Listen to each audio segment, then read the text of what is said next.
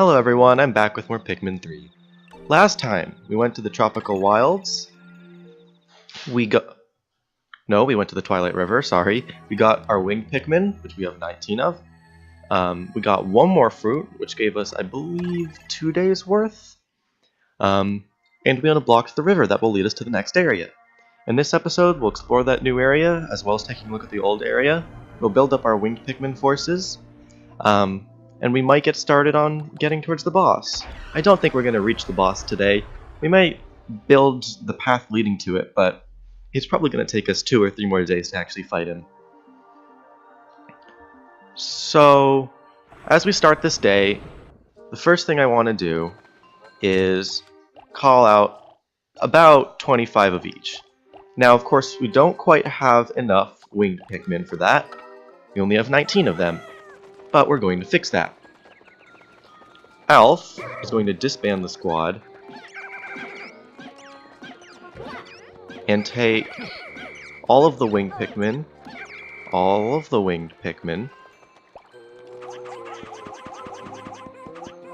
while this group is going to get on a lily pad. So Brittany's going to go here. Alf's going to follow them, but Alf's going to be doing something slightly different. I hope the desiccated skitter leaves aren't here. No, they're gone.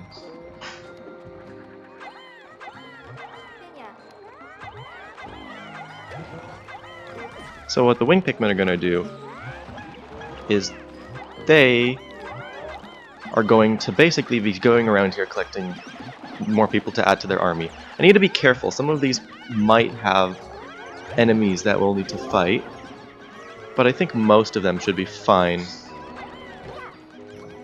So, alright, what I want Brittany to do is I want Brittany to stay over here and to wait for a lily pad to float by. Okay, so Brittany's going to go to a new area. Meanwhile, Alf is going to deal with the enemy that showed up? Oh, I guess it's fine. So, while Alf gets the winged Pikmin built up... okay, so these guys are gonna keep moving. Alf is going to wait at home for the winged Pikmin, while Brittany and Charlie move on to a new area. Here we are. The second half of the Twilight River. In the center, a large tree trunk. And of course, in that large tree trunk is who we believe to be Olimar. We have an Arachnode. Send in a rock Pikmin as bait.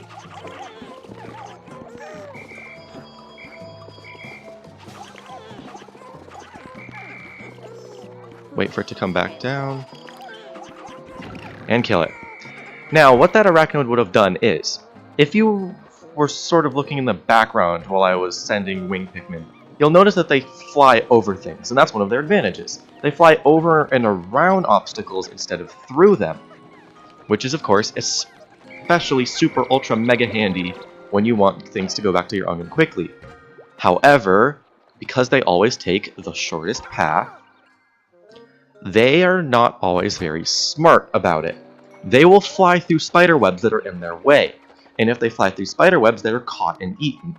You have to be very, very careful about where you are actually sending your winged Pikmin and what route they will take to get back. You need to make sure that you've cleared the way for them, all enemies, all spiders out of the way. Now you have to do this with other Pikmin types as well, as you probably have noticed, but it's especially prevalent with the winged Pikmin and the way that they work. I have a fruit here that I want them to take.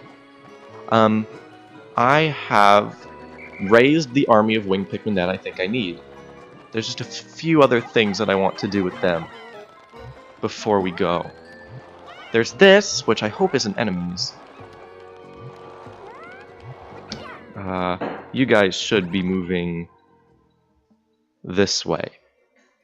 Now the lily pads that I was just on, I could have kept going on them. Ooh, very good. But I'm not going to for a couple reasons. Also, you'll notice that, of course, the flowers are now changing to be pink as well. Only the one flowers change colors. No other flower changes colors. I guess some of the winged Pikmin were attacking that earlier. Okay. So from here, there's that, which we're going to need the winged Pikmin for. But there's this dirt wall. Now we could have just gone around it on the lily pad, but I want to break it down because, of course, it's a shortcut.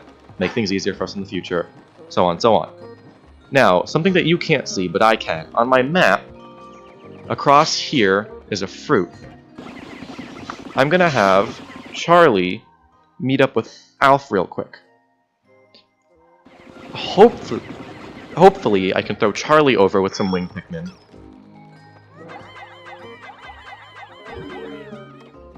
Alright, the wall's done. And I believe somewhere over here we're going to see an enemy that I really don't like. Wait, Skitterleaf. Skitterleaf, kill it. Quick. Quick! There's another one! Kill the squid. Okay, no. Was the red Pikmin just carrying it up a wall? What was that? Oh, a new enemy! These! Nectarious danderflies, I guess. Every single one of their segments has nectar in it. I can't throw Charlie up there, can I? I mean, Alf. No, I can't. He's gonna have to go across there on his own. Alright, so Alf's just gonna have to go around. There's a fruit over here that I want him to collect, which you can't see because it's on my map. Charlie is going to take the rest of the winged Pikmin, and he's going to come right here. He's going to go here, and Brittany is going to start working on that. A 5 pellet, a pink 5 pellet, which makes sense. And here's a new type of gate, winged gates. These have multiple sections, and they require 10 winged Pikmin to carry. Unlike other gates, which once you've finished destroying them, they're, well, destroyed. I'm sorry, Rock Pikmin. They're not like electric gates where they're destroyed. They can only be temporarily opened. And they provide shortcuts. Sometimes it's shortcuts to areas that you can get already. Sometimes it's shortcuts to areas that you just need shortcuts to get at all. In this case, the wall leads to an orange. Now, we could have gotten to that orange normally. There was a second route to get to the orange that doesn't involve that gate. However, the other route passes through the middle of 3 bulborbs. 3 orange bulborbs. Orange bulborbs, unlike regular bulborbs, don't sleep very lightly. They are very sensitive. The instant you get too close to them, they will wake up. They're fairly annoying. So what we want to do is, of course, we want to get the winged Pikmin over here. They'll carry this gate. They'll open this gate, and the Pikmin we send to pick up the orange should take this gate out. So, okay. 5, 6, 7, 8. Very good. And this way, we don't have to fight a bunch of enemies. And see there, that was one of the examples of the pink Pikmin not always responding. Not always responding the greatest. Oh, this area. Mini-boss. You, burrowing Snagret. Hides underground. Throw Pikmin up at its beak.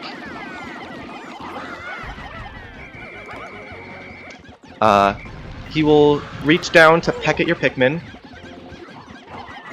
He will eat them if you're not careful. If you do enough damage, he'll let them go before they're eaten. Sometimes you just can't, as in there, where I lost 4. As you can see, he's slowly losing his hair. And he will drop a very good fruit once you defeat him. There are a couple of these mini-bosses in this game. This is the first one that I believe we actually can fight at all. And when he buries his head in the ground, you charge. As you can see, underneath all of that, he has one very massive foot. Brittany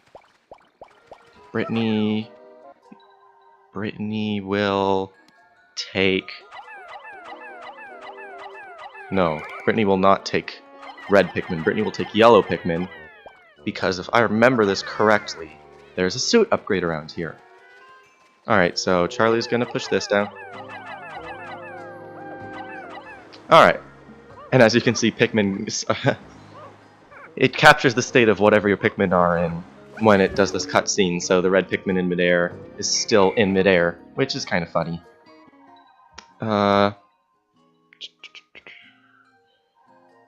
Charlie... You're gonna go right there. Where is Alf? Alf is here. Okay, once that gets back, Alf is gonna take them and head here. Meanwhile, Brittany... Wait. Where's Charlie? Charlie, cancel your go here real quick.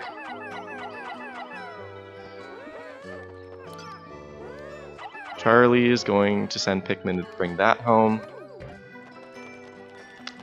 See, I want to give the corpse to the pink Pikmin, but we might need them. Brittany is going to get the data file, first of all, which is Captain Olimar's logs, so that's just cute little side story information. And somewhere around here... Yes, that! There is an item buried out of bounds. I feel like that's sort of unfair. There's really not any way that you'd be able to tell that that was an item unless you'd already played this game or looked it up. It's just a random little lump that you can dig up in the ground. I'm not a huge fan of it for reasons that I just stated. It's kind of stupid. Alright, I'm just gonna get the wing Pikmin nice and leveled up. And remember how I said wing Pikmin were bad at fighting? That's actually not entirely true. Wing Pikmin are great at fighting in the air. If you're fighting flying enemies, like we'll see in a minute, the big flying thing that we saw earlier, they're good at fighting that. There's these little bee things called Scornets, which we'll see in just a minute. They're good at fighting those as well. But against land enemies is what they're weak. So... Brittany. I meant to throw you off the cliff. And we'll see that right here. These are Scornets. A Scornet nest. Send the wing Pikmin in. Winged enemies require wing Pikmin. Because wing Pikmin can fly, instead of having to just sort of throw them at enemies, they'll constantly seek out the next flying enemy to destroy, which is, of course, incredibly useful. And there is the power-up. Fire-resistant armor. I was worried that it wasn't going to have a thumbnail, but now I have two. I could either do the mini-boss or that one. Okay, so that does require some wings. Pikmin. You, get over there. So there's some tiles over here that need the wing Pikmin. There's probably some tiles back there that need the wing Pikmin. Yeah, I know for a fact that there's tiles over there that need the wing Pikmin. Okay. I'm pretty sure that the rock Pikmin just sort of bouncing into the wall don't actually damage it. I looked it up. It doesn't seem like they do anything to the wall at all. I think only Pikmin types that can latch on to these types of walls.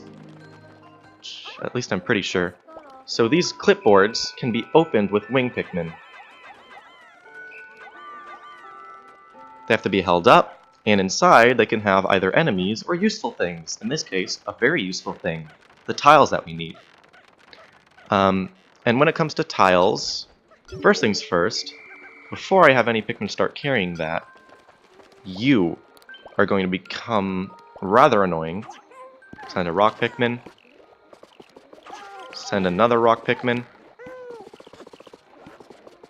Wait patiently, and another one. Send one more in as bait. Wait, and dead. Now, winged Pikmin.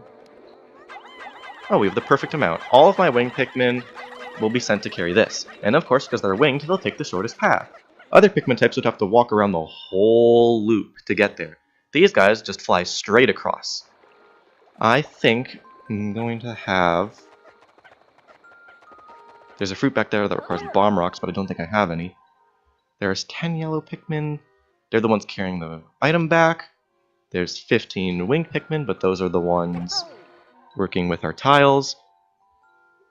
Alf is just going to go back home and wait patiently for all of the Pikmin to arrive. Brittany is going to make sure that these winged Pikmin arrive safely. Oh, and here's our fire suit. And a message from the Drake. I'm going to do a better job of not skipping through these. I tend to get impatient and skip through these, but I should probably stop and read them actually. So, analyzing recovered item. It's in a captcha box for some reason. It's called the Scorch Guard. It is flame resistant, so now fire geysers and fire attacks will no longer hurt our captains. Yep, it's a customization option for a spacesuit. And of course, it works for all of your captains. Protects you from fire. Unfortunately, you can't mod it to strap it on Pikmin. Be kind of silly if you could give all of your Pikmin fire resistance, but hey, I wouldn't complain. Less Pikmin death is fine with me. Okay, disband, just the wings. You guys are going to come over here. They should finish that in 2 trips. And I believe there's one more pile downriver in this blackened area that we haven't found yet. And we're going to need to take the lily pads for that, but we're not going to be able to finish that today. We'll have to do that tomorrow. In any case, we've come back to a couple budding pink Pikmin. Very nice. And I call them pink Pikmin even though they're technically winged. I know. Ooh, those winged Pikmin. I'm going to need to whistle them. So it looks like that pile's not going to get done today. That's fine. Again, I talked earlier about how you can get a lot done in the last 10 seconds, but specifically with piles like that, we can't really get too much done, because the piles, as we've seen before, don't land where your Pikmin dropped them. They teleport back to the original pile when you whistle Pikmin carrying them. So unfortunately, we can't do too much about that. But at the end of the day, we didn't lose any Pikmin to the night. We've got winged Pikmin crowding behind us. In this episode, we got a lot done. We got the winged Pikmin numbers up, so we have quite a formidable army of them now. We started work on the bridge that will bring us to the next boss. We fought a mini-boss that dropped an apple. And we got a new suit upgrade that gives us fire resistance. There's an angry orange Bulborb that thankfully we didn't have to fight due to our new winged Pikmin. And now, the end of the day. As the Drake flies into space. We've got... Oh yeah, we got quite a bit new fruit today, actually. I forgot that we had this much. Lesser Mock Bottom. Delectable Bouquet. A new fruit, an apple, which is going to be given another silly name. Now we're going to go through the Searing Acid Shock first. Portable Sunset for the orange. And something that I should note is that down on my Wii U gamepad, on the screen that keeps track of these things, it actually has little icons for each of the fruit, and they all have descriptions, which I might read off in the bonus episode where I go through the data files as well. We went from 22 to 28 canisters. Quite a productive day, I'd say. We have plenty of time to explore, look through the areas, and we'll almost never run out of fruit. We lost a few Pikmin, but that's okay, because our numbers are still quite high. 110 reds, 87 yellow rocks, you can see at the bottom there. Of course, our lowest population is still winged, but they're rising. We gave them quite a few pellets today, so we got their numbers from less than 25 to over 50. And that just about concludes day 10. Brittany's writing the log this time. Day 10 of our mission. Gathered 25 pieces of fruit. Some talking about all the different types and variants of fruit. Hi, cat.